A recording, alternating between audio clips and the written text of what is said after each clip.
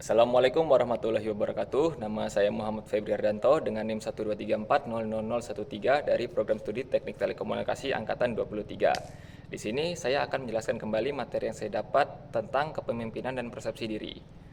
Leadership is influence, nothing more, nothing less. Leadership is one who know the way, goes the way, and show the way. By John C. Maxwell. Fungsi dari kepemimpinan: 1. Instruktif, 2. Konsultatif, 3. Partisipatif, 4. Delegate. Prinsip dari kepemimpinan: 1. Inklusif, 2. Efektif, 3. Instruktif. Perbedaan manajemen dan kepemimpinan: 1. Manajemen terkait dengan perencanaan dan anggaran, 2. Menghadiri kontrol dan pemecahan masalah, 3. Manajemen adalah untuk kelompok formal dan organisasi saja, 4. Seorang manajer mendapatkan otoritas dari posisinya dalam organisasi, 5. Lebih didasarkan komunikasi tertulis. Sedangkan kepemimpinan: 1. Kepemimpinan berasal dari pengaruh sosial, bukan otoritas atau kekuasaan. 2. Ciri-ciri kepribadian, atribut, atau bahkan gelar tidak selalu membuat seorang menjadi pemimpin. 3. Kepemimpinan perlu berjalan dengan tujuan, bukan tanpa hasil yang tidak diinginkan. 4. Pada dasarnya adalah proses atau kemampuan untuk mencapai mempengaruhi orang lain suatu tujuan melalui maksimalisasi usaha mereka. Kepemimpinan diri sendiri: proses pengenal diri sendiri untuk mampu memberikan dampak pada diri sendiri. Tips mengembangkan kepemimpinan diri: 1. Tetapkan tujuan, 2. Memahami dan menyadari diri, 3. Menerima ide dan peluang baru, 4. Pertanyakan semuanya, 5. Mentorship, 6. Temukan kebaikan orang lain dan sekitar, 7. Menghormati orang lain, dan 8. Caring people. Persepsi diri: persepsi diri adalah proses melakukan diskriminasi diantaranya rangsangan serta menginterpretasikan artinya, dari Dr. Andes Sri Mulyono. Menurut KBBI, persepsi diartikan sebagai proses seorang menjadi sadar akan suatu dalam indera.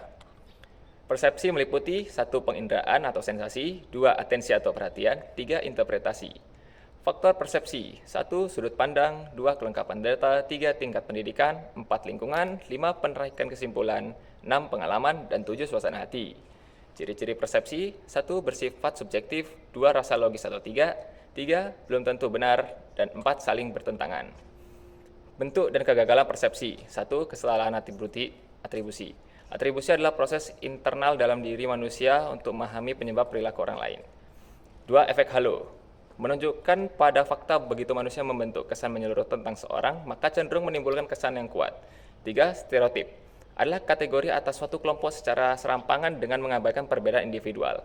4. Prasangka. Adalah sikap yang tidak adil terhadap seorang atau kelompok.